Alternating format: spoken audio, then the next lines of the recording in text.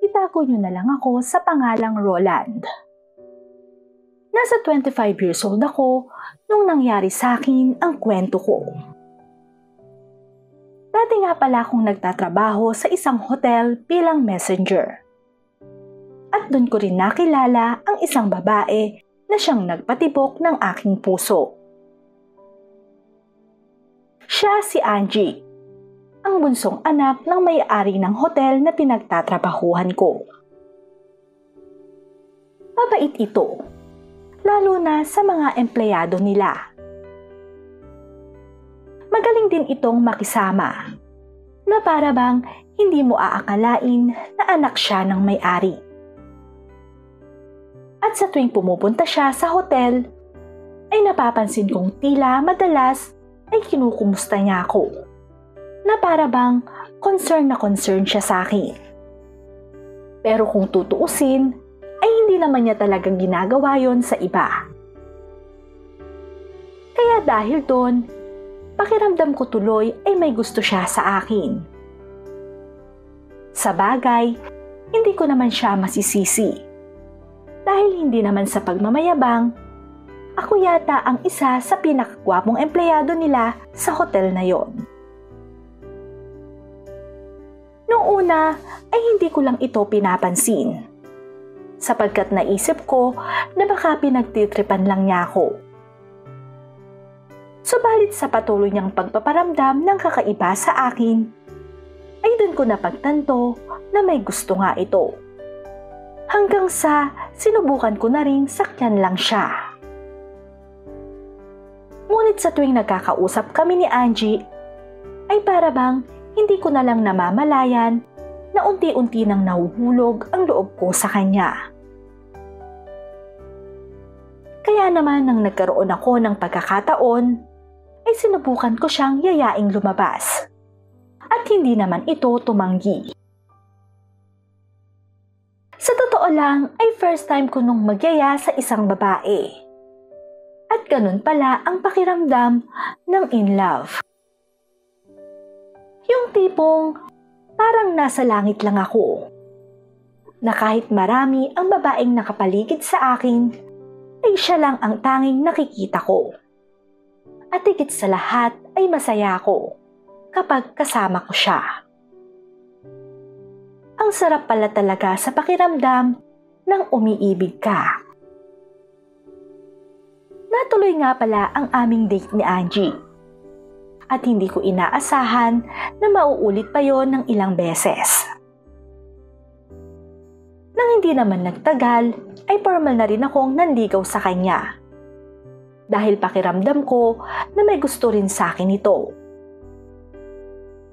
Kaya naman hindi na ako nag-aksaya pa ng panahon noon para ipaalam sa kanya na espesyal siya sa akin.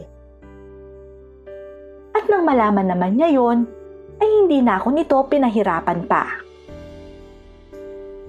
Sa katunayan, ay nang maging kami, ay agad-agad niya akong niyaya sa isang kwarto ng hotel nila upang ayaing makipaglaro ng apoy doon. Nagunat naman ako sa inasta niyang yon.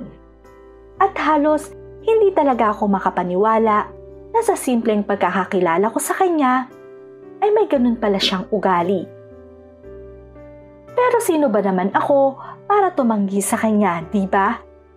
Palay na yata ang lumalapit sa manok.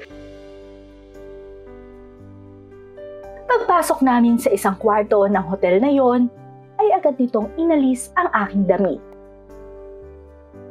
Ito na rin ang nag-insist na gumawa ng move para pag-initin ako ng husto. Sa tingin ko nga noon ay may karanasan na talaga ito sa bagay na yon. Base kasi sa obserbasyon ko, ay para bang alam na alam niya kung ano ang gagawin niya. Nahihiya pa nga ako dito nang totaling naalis niya ang lahat ng aking damit. Pero nawala din yon nang mapalitan iyon ng ibang pakiramdam. Sa totoo lang, ay para bang nakalutang lang ako noon sa alapaap habang may ginagawa sa akin ito. At nang maramdaman kong tila hindi ko na mapigilan ang init ng aking nararamdaman, ay hinila ko na ito at saka dahang-dahang inabot ang kanyang kalangitan. Hindi ko na nga alam noon kung ilang beses ba naming ginawa yon. Pero pagkatapos naming maglaro, ay talaga namang halos pagod na pagod ako. Hanggang sa hindi ko na nga rin namalayan pa na nakatulog na pala ako. At pagkagising ay wala na si Angie sa tabi ko. Mabilis naman akong bumangon nang maalala ang nangyari sa amin ni Angie.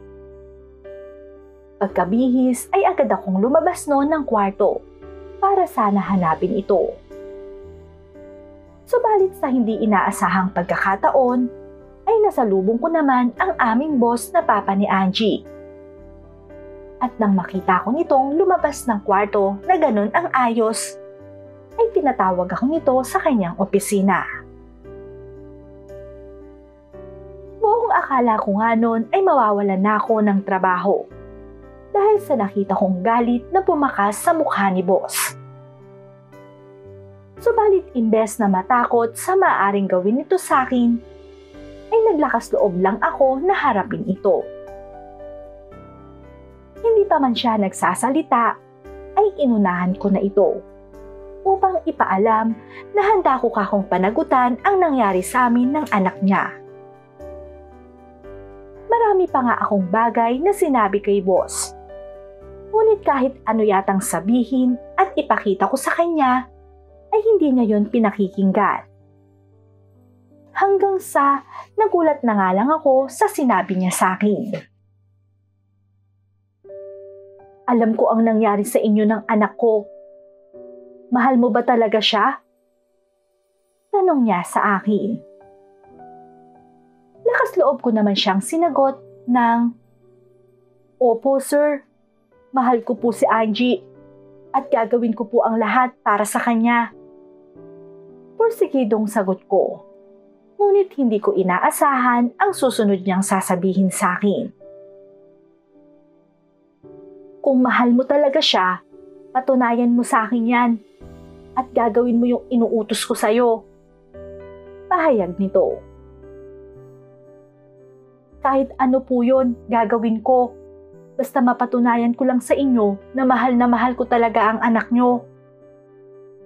Matapang ko namang sagot sa kanya.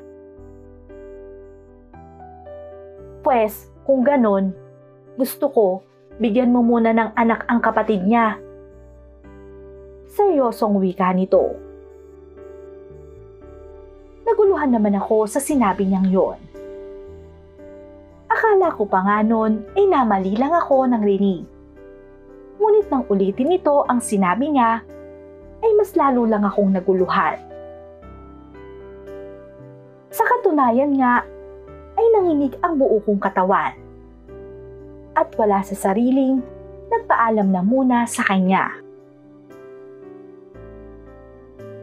Kinabukasan ng araw na yon ay dali-dali akong pumunta sa main branch ng hotel nila Angie. Dahil alam kong palaging nandoon ang boss namin. Lakas loob ko uling kinausap ito at tinanong kung seryoso ba siya sa sinabi niya sa akin, kapalit ng pagpapakulong niya sa akin. At doon ay pinaliwanag niya sa akin ang lahat. Roland, alam mo bang gustong-gusto ng anak kong panganay na magkaanak? Ang kaso hindi natuloy yon. Dahil nakunan siya. Bukod doon ay hiniwalayan pa siya ng kasitahan niya na akala niya'y mahal na mahal talaga siya. Kaya simula noon, palagi na itong tulala. Wala naman akong magawa kahit marami pa akong pera. Gusto ko man maghanap ng iba, ay wala naman akong makita na mapagkakatiwalaan ko. Wika ng tatay ni Angie. Halos manlumo naman ako sa sinabi nito. Ngunit word man ang hinihiling sa akin ng tatay ni Angie, ay inintindi ko na lang yon. Ngunit ang hinihingi niyang pabor ay hindi ko alam kung tama ba na gawin ko. Mahal ko si Angie at kailanman ay hindi ko naisip na lokohin ito. Pero ngayon, mismong tatay pa niya ang humihiling sa akin na makipagsiping ako sa ibang babae. At hindi lang basta babae, kundi kapatid pa ng babaeng mahal ko. Kaya pagkatapos ng pag-uusap namin yon, ay hindi ko naman inilihim yon kay Angie. Sinabi ko sa kanya ang tungkol sa napag-usapan namin ng tatay niya. At nagulat na lang ako nang pumayag ito. Gulong-gulo ang isip ko noon. Hindi ko alam kung pagbibigyan ko ba ang hinihingi nilang pabor. At kung sa akin lang, wala namang mawawala.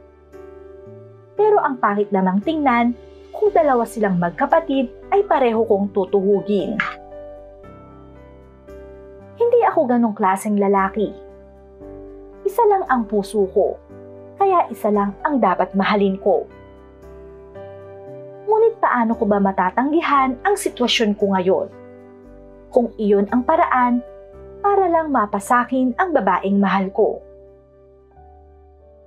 At ang nakakatawa pa doon, ay handa nilang gawin ang lahat para lang pumayag ako. Dahil naman sa pagmamahal ko kay Angie, ay napapayag na rin nila ako.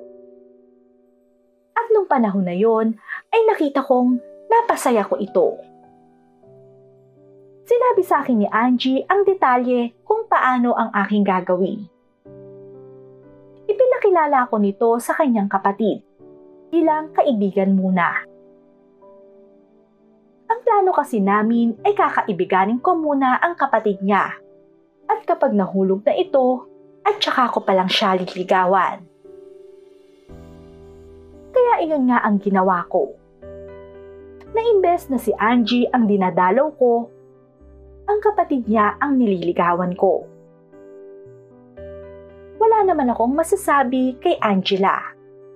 Dahil tulad ni Angie ay mabait rin ito. Subalit, mahirap talagang turuan ang puso. Dahil sa bawat araw na magkasama kami, ay wala akong nakikita kundi si Angie. Kahit pa ang totoo ay si Angela ang kasama ko. Sobrang sakripisyo at hirap ang ginawa ko para lang mapatunayan sa babaeng pinakamamahal ko na lahat ay kaya kong gawin para sa kanya. Sa lumipas na buwan ay natutupad ang mga plano namin na yon. Kasabay noon ang unti-unting pagbabago ng pagtingin ko para kay Angie. Nung makilala ko si Angela ay mas minahal ko siya dahil sa mga magagandang katangian niya.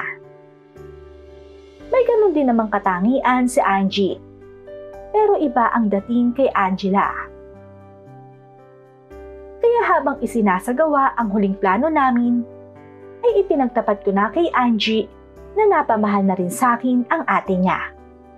At sa loob ng 7 buwan naming magkasama at pag-uusap, ay hindi ko na rin napigilan na mahulog ang loob ko dito. Ang una kong babaeng minahal ay lumuha sa harapan ko. Ngunit sinabi niya na mahal daw niya ako. Pero dahil mahal din niya ang ate niya, ay nagparaya siya. Sinabi ko rin iyon sa tatay nila. Pero laking gulat ko nang hindi ito nagalit sa akin. Roland, mabuti naman at napamahal na sa'yo ang aking panganay na anak. Alam kong nasaktan ko ang damdamin ni Angie dahil sa plano na to. Pero masaya ako. Hindi ko kayang makita na naghihirap ang 2 kong anak. Kaya naman mabuti ang ginawa ni Angie na pagpaparaya sa inyo. Nang sa ganoon ay makalimot na agad siya. Ipapadala ko na lang siya sa Amerika. Tutal naman, nandun ang nanay niya at gusto na siyang makita nito. Hahayaan ko naman kayong magsama ni Angela. Ito ang mga sinabi sa akin ng tatay nila. Pagkalipas ng 5 buwan ay naging kami nga ni Angela. May nangyari na rin sa amin At iyon ay nagbunga. Tuwing nagkikwento si Angela tungkol sa pagbubuntis niya sa kapatid niyang si Angie, ay nakikita ko namang umiiyak ito sa screen. At sinasabing masaya siya para sa amin. Nagigilty ako sa ganong sitwasyon. Kaya naman nung nanganak na si Angela, ay ipinagtapat ko sa kanya ang lahat. Ang pagpapanggap namin at ang una kong minahal ay ang kapatid niyang si Angie. Pero kalaunan ay napamahal na rin ako sa kanya. Nakakahiyaman, naging kasangkapan ako ng puso ko. Hanggang dito na lang ang aking kwento. Ang inyong tagapagbahagi, Roland.